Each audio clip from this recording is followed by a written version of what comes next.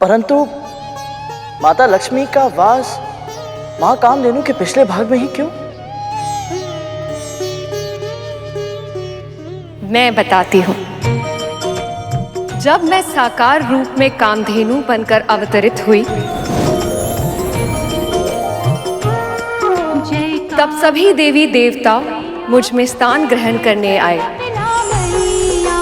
कामधेनु मैया, जय जय जय कपिला मैया, जय कामधेनु। जो सबसे पहले आया उसे अपनी इच्छा अनुसार स्थान मिल गया। मेरे इस कामधेनु अवतार के सींगों के जड़ों में सदैव प्रजापति ब्रह्मा और महाविष्णु प्रतिष्ठित होते हैं। सींगों के अग्र भाग में सभी चराचर और तीर्थ स्थित हैं। मध्य भाग में स्वयं महादेव, ललाट में गौरी, नासिका में कार्तिकेय और आँखों में सूर्य और चंद्र स्थित है। खुरों में सरस्वती और इसके गंध स्थलों में यम और यक्ष का वास होता है।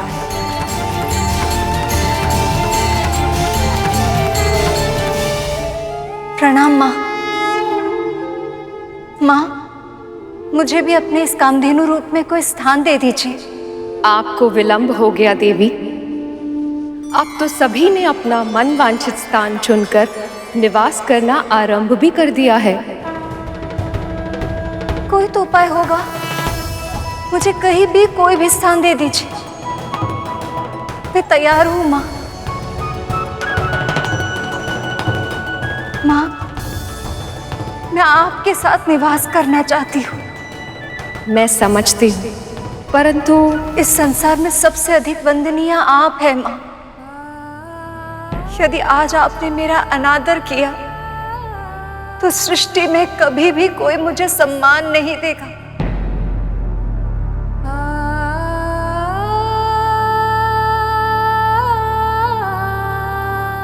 मेरी विनती स्वीकार करें माँ। मुझे स्वीकार है देवी। आज से आप मेरे पृष्ठ भाग में निवास करेंगी।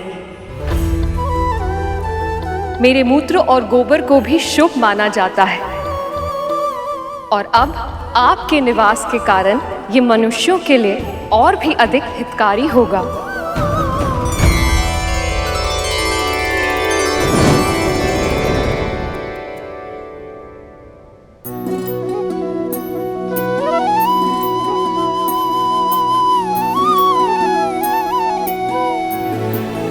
गाय के गोबर में लक्ष्मी का वास होता, इसीलिए उसे खेतों में डालकर मिट्टी को उपजाऊ बनाया जाता। घर की दीवारों में उसका लेप लगाकर उन्हें स्वच्छ बनाया जाता और चौके में चूल्हे में डालकर उसे शुद्ध किया जाता है।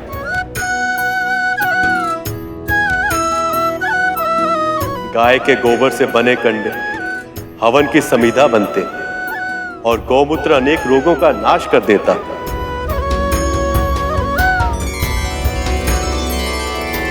भविष्य में स्वयं मैं भी एक अवतार लूंगा जिसमें ना केवल मुझे गौ सेवा का पुण्य अर्जित होगा, बल्कि मैं माखन चोर भी कहलाऊंगा।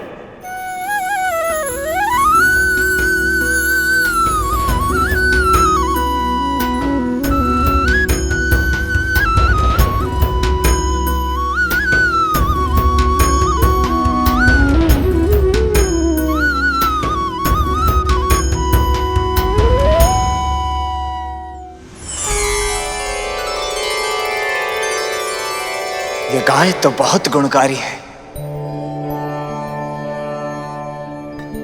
पर यह मिलेगी किसे? और किसे रहा, हम असुरों को ही मिलेगी। असुर सम्राट, विश्व विजेता।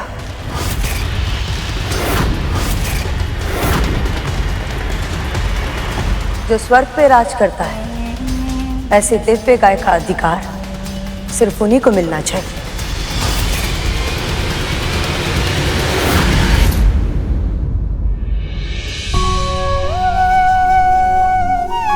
लीजिए।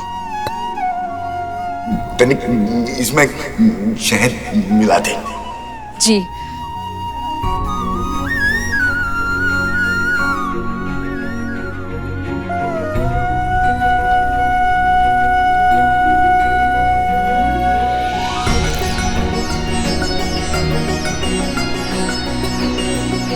लीजिए।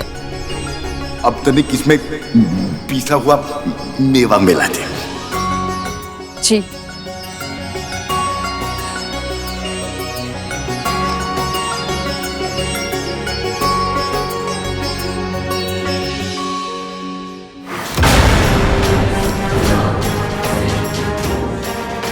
स्वयं तो मेरी दया पर जीवित रहती है, इस बुड्ढे की राजसी इच्छाएं तो ऐसे पूरी कर रही है जैसे दासी नहीं महारानी हो।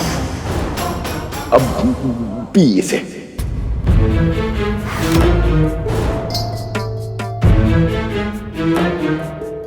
एक बार बोला तो सुनाई नहीं देता क्या?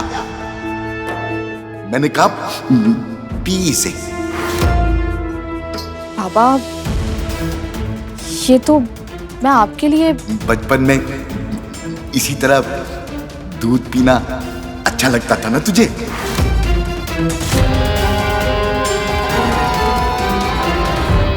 ये इन्हें कैसे पता? अब मुझे घूर क्या रही है? P P.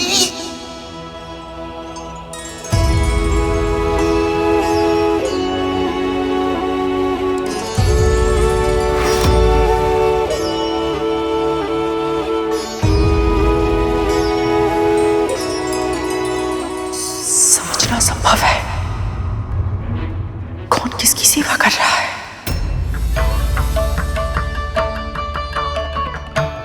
मीठा है ना? हाँ बाबा। किंतु मुझे मीठा नहीं लगेगा। तू पूरे संसार की मिठास भी इसमें डाल देगी ना, तब भी मुझे मीठा नहीं लगेगा। मुझे तो केवल गौ माता कामधेनु का दूध ही मीठा लगता है। अमृत जैसा स्वाद होता है उसमें। ये बुड्ढा विंता से अमृत के बारे में चर्चा क्यों कर रहा है? यदि विंता के मन में अमृत का विचार आ गया तो वो गरुड़ को कहीं से चकने की विवश न करते। नहीं, ऐसा नहीं होने दूंगी। नहीं बाबा, मैं केवल एक साधारण दासी हूँ। गौ माता कामधेनु जैसी दिव्य गाय का दूध मैं कहाँ से? तू ही कहती है ना कि ढूंढने से तेरे नारायण भी मिल जाते हैं, तो तू गौ माता कामधेनु का दूध नहीं ला सकती? यदि नहीं ला सकती है तो तू और तेरा नारायण दोनों किसी कार्य के नहीं है।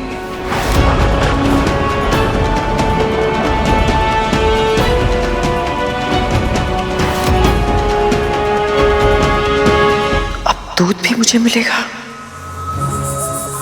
और इस बुड्ढे का आशीर्वाद भी। क्षमा कीजिए दिति मां, महाराज बलि यदि एक बार जीत गए हैं तो इसका अर्थ ये नहीं कि संसार की सभी संपदाएं उन्हें ही प्राप्त होंगी। समुद्र मंथन के रत्न उन्हें ही मिलेंगे जो उसके योग्य हो। युवराज, इस योग्यता का निर्णय किस आधार पर किया तुमने? निर्णय कोई भी हो महाराज, इन देवताओं का आधार केवल छल है। ये दिव्य गाय, इन देवताओं को मैं किसी भी मूल्य पर नहीं लेने दूंगा। वज्रांग, ये हमारा अधिकार है और हम अपना अधिकार लेके रहेंगे, चाहे कुछ भी हो जाए।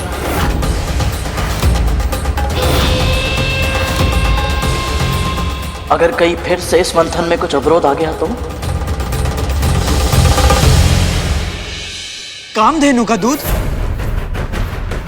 हाँ, उस बुड्ढे के अनुसार कामधेनु का दूध अमृत के समान होता है और वो दूध मुझसे पहले उस विंता को मिल जाए, ऐसा मैं नहीं होने दूंगी, किसी मूल्य पर नहीं। इसलिए जाओ, कुछ भी क्यों ना करना पड़े, मेरे लिए गाय का दूध लेकर आओ।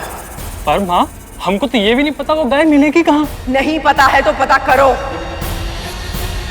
एक सहस्त्र पुत्रों का वरदान मैंने इसलिए नहीं मांगा था कि उनके होते हुए भी सारी समस्याओं का समाधान मुझे स्वयं करना पड़े। कर उनको देखा है वो कैसे मेरे लिए सूर्य पुष्प लेकर आया था। इसलिए तुम लोग जाओ और मेरे लिए गाय का दूध लेकर आओ। जाओ।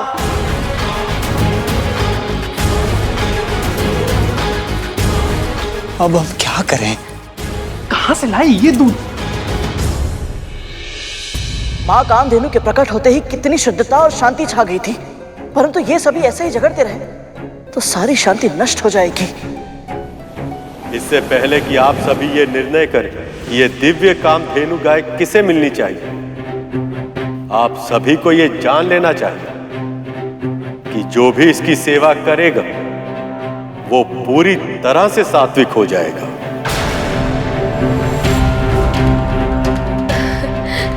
ये तो अत्यंत शुभ बात है। नारायण नारायण, यदि असुर भी सात्विक हो गए तो ये संसार तो पूरी तरह बदल जाएगा।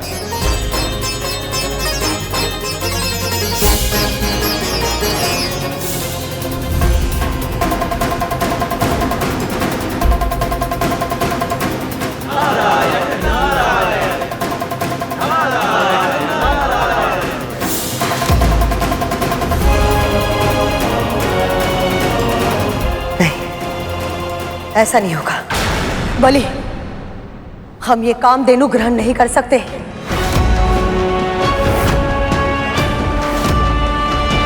कहीं इसके कारण तुम सात्विक बन गए तो तुम तो स्वर्ग दान में दे दोगे।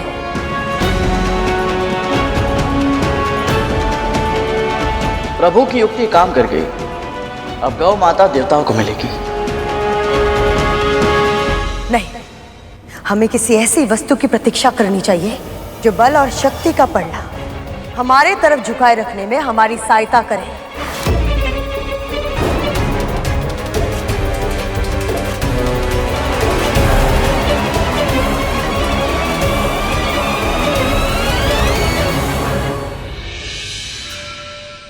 गौ माता की सेवा गौ भक्त करें, इससे उत्तम और क्या हो सकता है।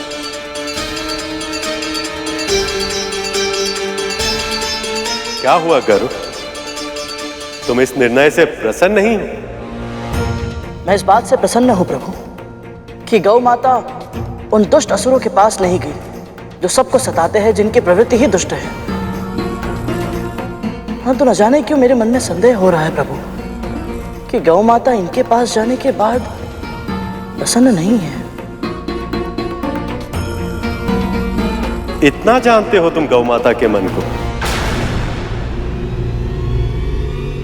ऐसा नहीं है प्रभु, मैं तो केवल इतना ही जानता हूं कि मां कामधेनु की आंखों में आंसू तो सदैव रहते हैं, परंतु आज इन आंसुओं में वो प्रसन्नता नहीं दिखाई दे रही जो तब दिखती है जब बहुत लंबे समय के बाद मैं अपनी मां से मिलने जाता हूं और वो अपनी आंखों में आंसू भरकर मुझे निहारती है।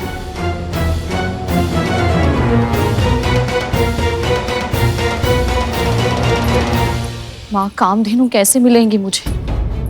कहाँ ढूंढूं उन्हें?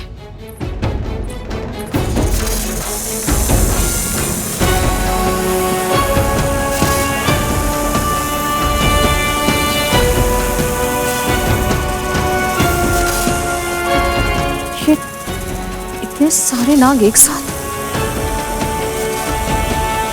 कहाँ जा रहे हैं?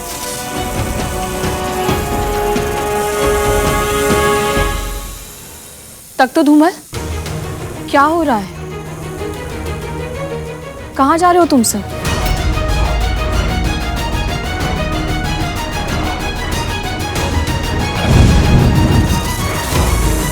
ये दोनों ऐसे लुप्त क्यों हो गए? हे नारायण, अब आप ही कोई मार्ग दिखाइए, बताइए मुझे, मैं माँ कामधेनु के दूध का प्रबंध कैसे करूं? ये केवल मेरी परीक्षा नहीं है, आपकी प्रतिष्ठा भी दांव पर है और मैं आपका अपमान होते हुए नहीं देख सकती। नारायण, सहायता कीजिए मेरी, सहायता सहायता कीजिए।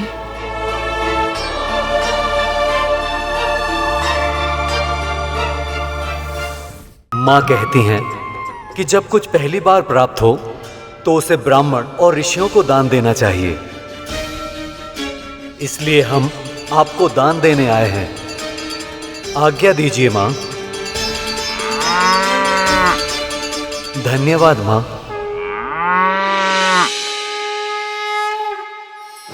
कैसे मूर्ख है ये देवता, पहली वस्तु मिली थी मंथन से, उसे भी दान में दे रहे हैं। हे सप्तऋषिगण, मैं देवराज इंद्र अपने समस्त कुल व संबंधियों के साथ आपका आवाहन करता हूँ। कृपया दर्शन दें। प्रकट हो ऋषिगण, प्रकट हो। प्रकट हो ऋषिगण, प्रकट हो। प्रकट हो ऋषिगण, प्रकट हो।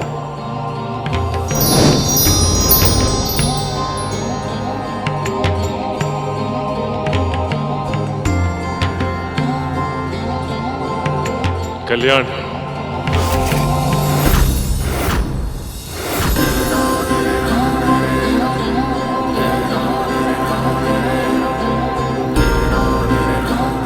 ऋषिगण, हम सभी देवता पूर्ण श्रद्धा और भक्ति भाव से इन मां कामधेनु को आपको दान देना चाहते हैं।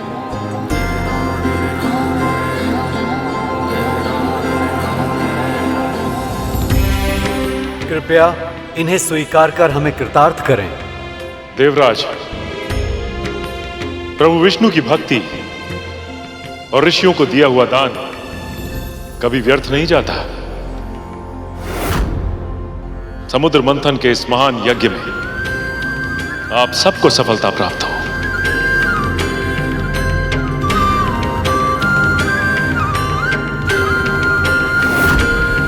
ये इंद्र तो बहुत चालाक निकला, गाय माता को दान देकर अमृत प्राप्त करने का मार्ग सरल कर दिया।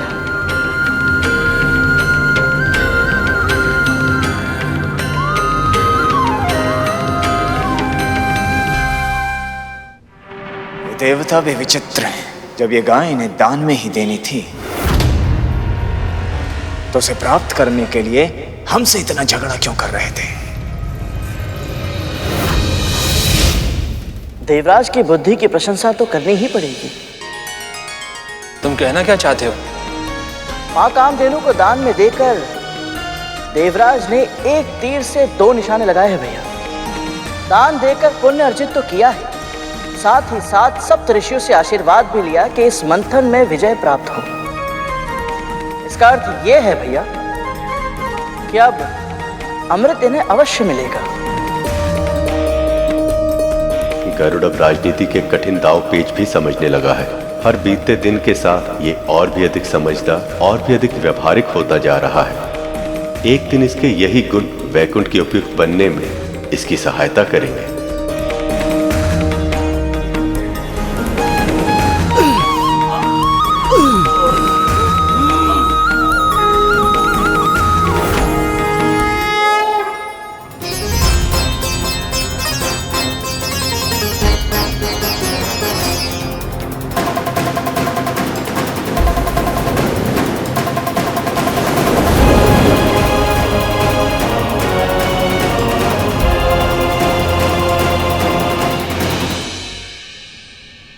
मां कामधेनु के प्रकट होने के बाद से इनका उत्साह बहुत ही अधिक बढ़ गया प्रभु। हाँ प्रभु, इन्हें देखकर ऐसा लग रहा है जैसे ये सब कुछ भूल चुके हैं कि अभी अभी इसी मंथन से हलाहल नाम का राक्षस भी निकला था और अलक्ष्मी मां भी। यही तो इस जीवन का आनंद है। सुख आते ही मनुष्य का मन चंचल हो जाता है और फिर वो अपने सभी दुख भूल जाता है। और ये भी कि ये सुख भी उतना क्षणिक है जितना दुख था।